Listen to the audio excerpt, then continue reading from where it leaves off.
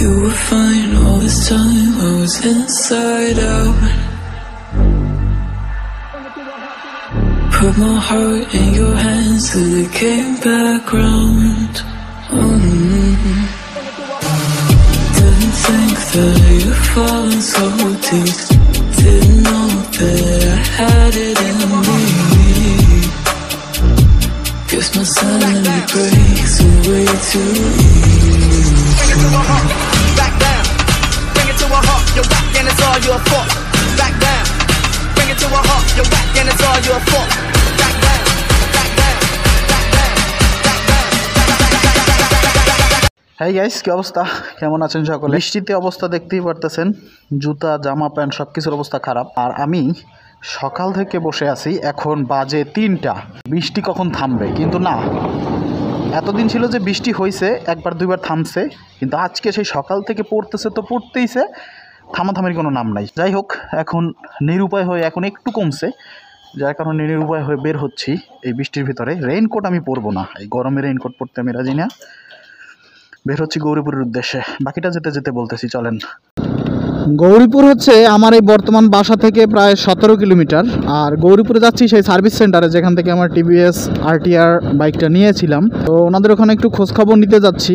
এই মাসের শুরুর দিকে হচ্ছে আমি নাম্বার করার জন্য টাকা পয়সা দিছিলাম, ওইখানে ওনারাই নাম্বার করে দিবে। তো ওইটার অগ্রগতি কত দূর সেই ব্যাপারটা একটু জেনে আসি, পাশাপাশি ওনাদের সাথে একটু দেখা সাক্ষাৎ করে আসি। অনেকদিন ধরে দেখা সাক্ষাৎ নাই, আজকে মাসের প্রায় 18 তারিখ। তাছাড়া আগের বার ঢাকায় যাই বলে যাওয়া হচ্ছে না, কিন্তু এবার আমি কনফার্ম ঢাকায় চলে যাচ্ছি সামনের মাসে। তাতে যদি বাসা নাও পাই, ফুটপাতেও থাকা লাগে, তাও আমার ঢাকায় ঢুকতেই হবে ইমিডিয়েটলি। যার কারণে প্রায় দিনই এখন ঢাকায় যাচ্ছি বাসা খুঁজতে, এর জন্য একটু ভিডিও দিতে পারতেছি না আপনাদের মাঝে। যেমন গতকালকে, আগামীকালকে আবার ঢাকায় যাব, তো এর জন্য হচ্ছে একটু ভাটা পড়ে আছে ভিডিওর দেওয়ার ব্যাপারে, মেনটেন্যান্সের ভিডিওগুলা। যত তাড়াতাড়ি নাম্বার পাবো তত তাড়াতাড়ি আমি K19টা ফেরত দিয়ে আমার RTRটা আমি নিয়ে আসবো। অনেকদিন RTRটা রাইড করা হয় না, আর এটা নিয়ে ভাবছিলাম লং ট্যুর দিব, কিন্তু এখন বৃষ্টি বন্যার যে অবস্থা, রেগুলার বৃষ্টি হচ্ছে, তো এই বৃষ্টির ভিতরে লং ট্যুর করাটা আসলে একটু রিস্ক হয়ে যায়। রাস্তাঘাট এমনি একটু ব্যস্ত, তো আসলে এত রিস্ক নিয়ে ট্যুর না করে এই বেটা মোটামুটি তো ভালোই চালাচ্ছি। অলরেডি আপনার 600 কিলোমিটার চালাই ফেলছি, ঢাকা প্লাস গজারিয়া এই আসা যাওয়ার ভিতরে হাইওয়েতে। মোটামুটি এতেও কিন্তু আইডিয়া হচ্ছে। আবার আগামীকালকে ঢাকা যাচ্ছি, শহরের ভিতর চালাচ্ছি। তো আপনাদের কাছে একটা ভালো রিভিউ দেওয়ার মতন যথেষ্ট অভিজ্ঞতা এই রাইডের ক্ষেত্রে হয়ে যাবে। তার কারণে জানি না ট্যুর হবে কিনা, ট্যুর না করলেও একটা রিভিউটা দিয়ে দিব যদি RTR এর নাম্বারটা তাড়াতাড়ি পাই। যাই হোক, ততদিন পর্যন্ত চালাতে থাকি K19, ভালোই লাগতেছে। একটা ক্রুজার বাইক চালাচ্ছি, কখনো তো এভাবে চালানো হবে না। এখন ভালোই বৃষ্টি পড়তেছে, ক্যামেরা মনে হয় আবার বৃষ্টিতে ঘোলা হচ্ছে। যাই হোক, আবার জোরে নামতে পারে, যার কারণে একটু রাস্তা আগিয়ে রাখি, তারপর আপনাদের সাথে আবার পরে কথা হচ্ছে। বৃষ্টিতে বাইক রাইড করার ক্ষেত্রে সবসময় অতিরিক্ত কিছু সচেতনতা অবলম্বন করতে হয়। খেয়াল রাখবেন এই বৃষ্টির সময় একটু স্লো গতিতে রাইড করার ক্ষেত্রে। এখন কিন্তু এমনি ব্রেকিং খুব খারাপ কাজ করে, ঠিক আপনার যেরকম ব্রেকিং খারাপ কাজ করবে, আরও একজনের ব্রেকিং ওরকম খারাপ। তো দেখা যায় যে এই দুর্ঘটনা হওয়ার সম্ভাবনা সবথেকে বেশি থাকে এই একটা কারণে, যে সকলের ব্রেকিং খারাপ পাওয়া যায়। এর জন্য যতটা গতি নিচু রেখে রাইড করা যায় ততটাই ভালো। এখানে সময় একটু হাতে বেশি নিয়ে বের হবেন বৃষ্টির দিনে, এটা সকলের জন্য পরামর্শ। যেহেতু মেঘলা আকাশ, বৃষ্টি পড়ে, যদি রাইড করেন এই বৃষ্টির দিনে, হেডলাইট সবসময় জ্বালিয়ে, যাদের HO অর্থাৎ অলওয়েজ হেডলাইট অন প্রযুক্তিটা নাই, তারা হেডলাইট জ্বালিয়ে চালান, তাহলে ভালো। যেমন এটা হেডলাইট অন অফ আছে, কিন্তু এটাই অন করার দরকার পড়ে না, কারণ এই বাইকটার ক্ষেত্রে আবার আরেকটা অটোমেটিক হেডলাইট আছে, যেটা চাবি অন করলেই জ্বলে থাকে, যেটাকে ডে লাইট বলা হয়। তো ওইটাই আসলে HOর একটা ধারাবাহিকতা আর কি। ওইটা HOতে যে উপকারিতা পাওয়া যায়, ঠিক সেই উপকারটাই ওই লাইটটা দিয়ে থাকে, যেটা দূর থেকে আসলে ভিজুয়াল হয় বাইকের ক্ষেত্রে। দিন দিন বর্তমানে শহরের যে জীবনযাপন শুরু হচ্ছে, তাতে বাইকের ব্যবহার কিন্তু বেড়ে যাচ্ছে। এই যে একটু কিছু হলেই রিক্সা ভাড়া বাড়িয়ে দেয়, বাস ভাড়া বাড়িয়ে দেয়, বাস পাওয়া যায় না, দরজা লাগিয়ে দেয়, তারপর ঘন্টা দাঁড়িয়ে থাকে। মানুষ অফিস শেষ করে বাসায় যেতে যেতে রাত 12টা বাজে, আবার ভোর 6টার সময় উঠে অফিসে যেতে হয়। এত ভোগান্তি মানুষের আর সহ্য হয় না, যার কারণে মানুষ এখন বাধ্য হয়ে বাইকের প্রতি ঝুঁকতেছে। কারণ বাইকটাই হচ্ছে একমাত্র বাহন যেটা আপনার কারোর জন্য ওয়েট করতে হবে না, ফাঁকা ফোঁকা দিয়ে যাওয়া যায়, সময় বাঁচে। কারণ একটা সময় মানুষ মোটরসাইকেলকে একটা বিপজ্জনক যানবাহন হিসেবে দেখলেও এখন কিন্তু মোটরসাইকেলের চাহিদাটা দিন দিন বেড়ে যাচ্ছে। এখন সকল পেশাজীবীর, সকল কর্মজীবীর মানুষ চেষ্টা করতেছে মোটরসাইকেল চালাতে। এর জন্য মোটরসাইকেল চালানোটা যতটা তাড়াতাড়ি বৃদ্ধি পাচ্ছে, ঠিক দুর্ঘটনার হারটাও কিন্তু ডে বাই ডে বাড়তেছে। একমাত্র কারণ হচ্ছে এই যে সচেতনতার অভাব। তো এর জন্য সব কিছুর একটা নির্দিষ্ট নিয়ম রয়েছে, আমরা সেটা মেনটেন করার চেষ্টা করব আমরা যারা বাইকার আছি। আর যারা ভবিষ্যতে বাইকার হব তাদেরও সবসময় এই পরামর্শটা তাদের ক্ষেত্রে থাকবে যে বাইক হচ্ছে এমন একটা জিনিস যেটা আপনাকে এই থ্রোটলটা মোড় দেওয়ার সাথে সাথে অনেক বেশি আনন্দ দিবে। আপনি যত মোড়াবেন তত মনের ভিতর উৎফুল্লতা কাজ করবে, কিন্তু আপনি যত উৎফুল্লতা কাজ করবে, যত মোড়াবেন তত আপনার বিপদ কিন্তু ঘনিয়ে আসবে। এই ব্যাপারটা সবসময় মাথায় রাখতে হবে। জন্য নিরাপত্তা বা সচেতনতার ব্যাপারে কোনো কমতি রাখা উচিত না, বিশেষ করে বাইকের ক্ষেত্রে। চলে আসছি গৌরীপুর। সাধারণত প্রতিনিয়ত যেরকম ব্যস্ত থাকে, আজকে একটু ব্যস্ততা কম, প্রচুর বর্ষা হইতেছে সারাদিন। এই বৃষ্টির কারণে হয়তো বা মানুষজন একটু কম বের হয়েছে, কাজ থাকলেও ব্যাপার নয়, পানির উপর দিয়ে উঠাই দিব। ও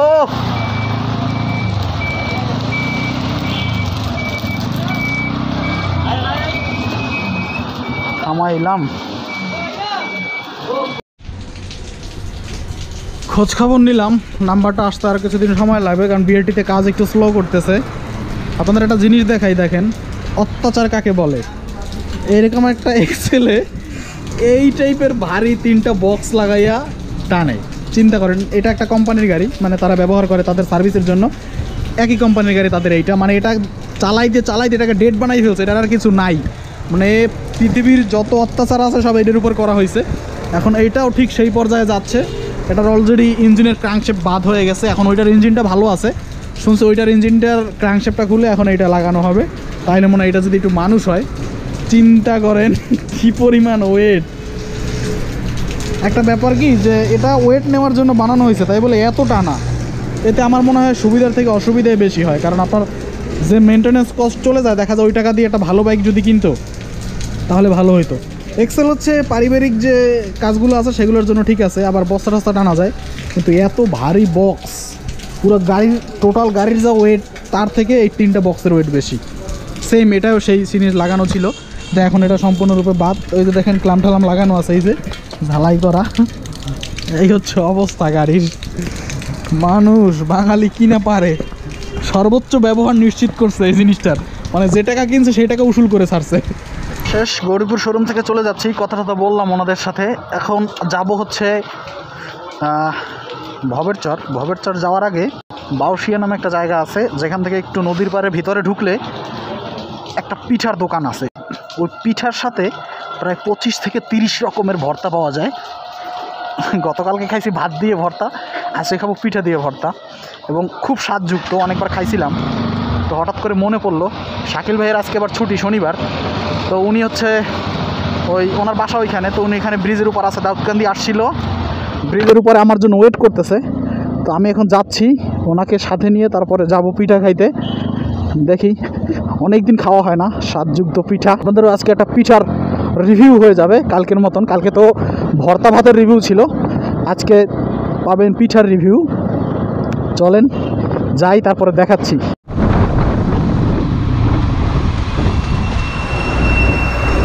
দাউদকান্দি ব্রিজের উপরে আছি, অনেক সুন্দর একটা পরিবেশ, বাতাস আছে এই যে। আর সুপার হিরো শাকিল ভাই এখন সে সুতা ধরছে, যে রাস্তায় পিঠা আছে ওই রাস্তা নাকি অনেক কাদার জন্য যাবে না, কিন্তু আমি কইছি যাইতেই হবে আজকের, কারণ পিঠা আছে, খাবো। আপনাদের যেহেতু বলছি পিঠার রিভিউ, এর জন্য যাবো, ঝাল দিয়ে পিঠা খাবো, এটা খুব মনে চাইতেছে। যদিও এখন একটু রোদ উঠছে, বাট তারপরে যে ঠান্ডা আমেজটা সেটা কিন্তু আছে, যার কারণে গরম গরম পিঠা খাইলে শরীর গরম হয়ে যাবে মরিচ দিয়ে খাইলে।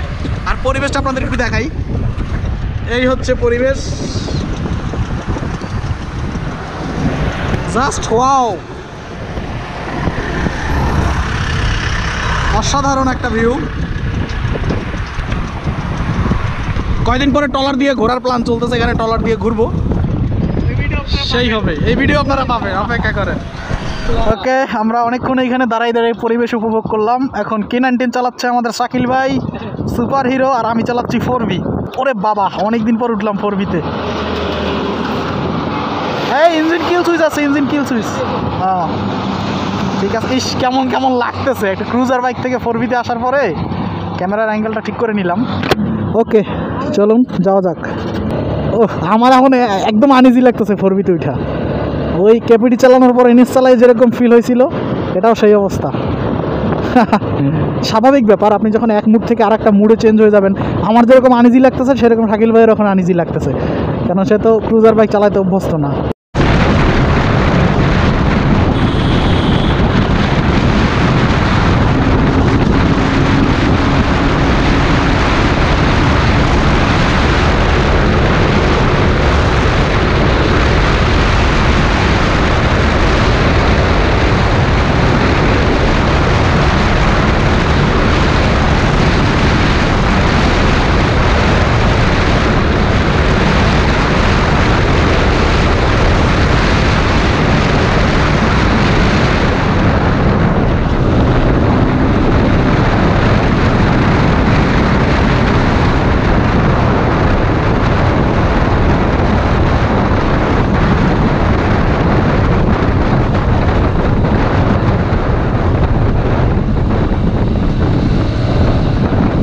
ঘটনা হচ্ছে গাইস, একটু আগে আরটিআরটা দেখলেন, একটু স্পিড টেস্ট করতেছিলাম, তো হাইওয়েতে একটা দুর্ঘটনার শিকার হওয়া শুরু হয়েছিলাম। আপনারা কিছুদিন আগে মাওয়া রোডে একটা অ্যাক্সিডেন্ট দেখছিলেন, যে একটা আরটিআর 2V চালাচ্ছে অনেক স্পিডে, চালাতে চালাতে হঠাৎ করে এরকম কাঁপুনি শুরু হয়ে বাইকটা পড়ে যায়।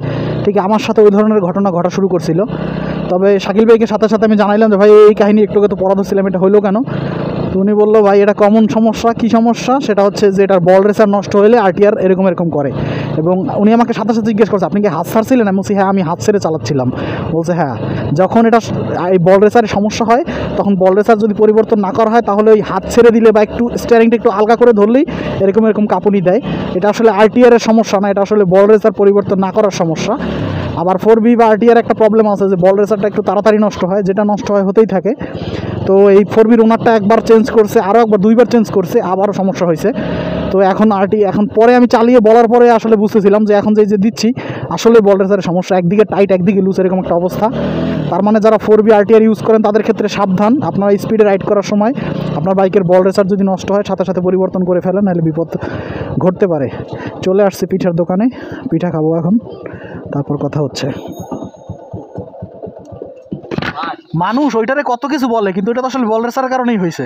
আপনি না বললে তো আমি বুঝতাম না। আমি পরে বুঝছি যে বল রেসার রাইট কেন। কোনো কমেন্ট করি না, কিচ্ছু করি না। এরকম একটা ভিডিও তো করে রাখা দরকার, মানুষের জানানো দরকার। ভাই বল রেসার যদি দুর্বল হয়ে যায় তাহলে গাড়ি মনে করেন কাঁপে। এটা 4Bর ক্ষেত্রে হয়, অন্য গাড়িতে কিন্তু আমি এরকম দেখি না। সব গাড়িতে কাঁপে কিন্তু এতটা না। 4Bতে আমি একদম এরকম কাঁপুনি শুরু হয়েছে। এটা হচ্ছে আমি বলি আপনি যখন ছাড়বেন তখন আস্তে আস্তে কাঁপবে। হ্যাঁ কাঁপা শুরু করে, অথবা আলগা করে ধরলেও কাঁপে। না যদি না ধরেন তখন মনে করেন জোরে কাঁপবে। ওই ছেলেটা মনে হয় যেটা করছিল ও মনে হয় আলগা করে ধরছিল, ওটা পুরো নষ্ট ছিল, পুরো নষ্ট বল রেসার। আমারটা তো ভালো অ্যাডজাস্ট করলে। মানুষ কমেন্টে নানা রকম কথা বলছে, কিন্তু এখন কাহিনী বুঝলাম। আমিও ভাইবে পাইতেছিলাম না যেটা কেন হইলো এরকম। আমি ওই দিন বুঝছি, বাট আমি কোন ছিলাম কোনো কথাই কইনি। কেন মানুষ বুঝবে না, আমি বললাম যাক তারা বলবে। এটা আমার মনে একটা প্রশ্ন ছিল, উত্তরটা জানতে পারলাম, এটাই বড় ব্যাপার যে বল রেসারের কারণে এরকম হয়েছে। এই হচ্ছে ভর্তা,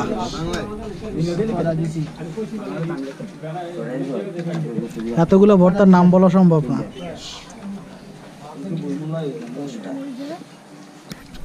এই হচ্ছে পিঠা আর এই হচ্ছে ভর্তা, অনেকগুলো ভর্তা আছে এখানে, 20 থেকে 25টা আইটেম। এখানে হচ্ছে 8টা আছে। যাই হোক, সব নাম বলার দরকার নাই, খাইয়ে খাইয়ে দেখি কি অবস্থা।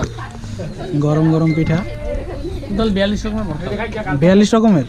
হ্যাঁ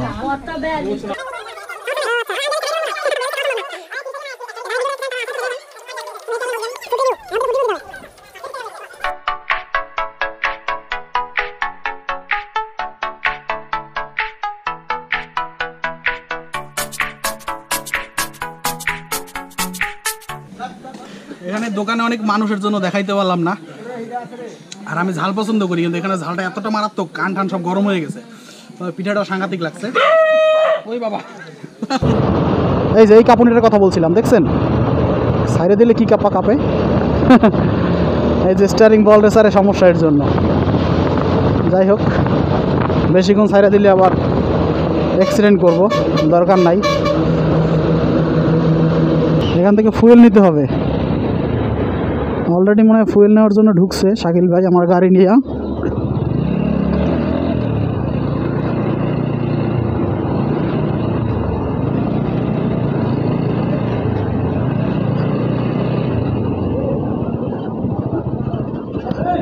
এদিক দিয়ে ঢুকছেন কেন? ওইখানে নেন, সামনে নেন, এইখানে নেন।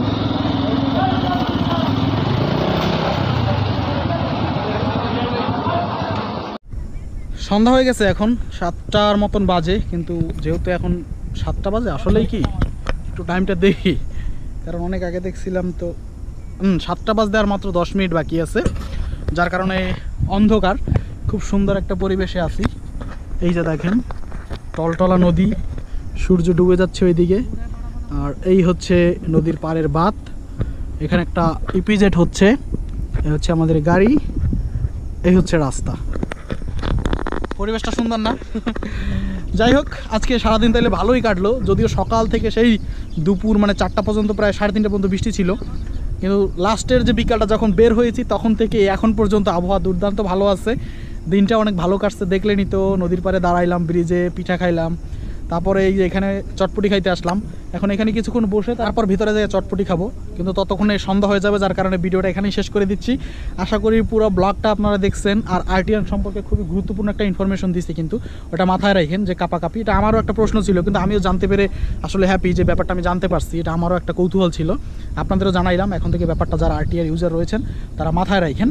ঠিক আছে, ভালো থাকেন সকলে, সুস্থ থাকেন, সাথে থাকেন মোটরসাইকেল মেকানিক ওয়ার্ল্ড এবং অস্ত্র বিশ্বাস 2টা চ্যানেলেরই। আজকের মতো এখানেই বিদায় নিচ্ছি, বাই বাই।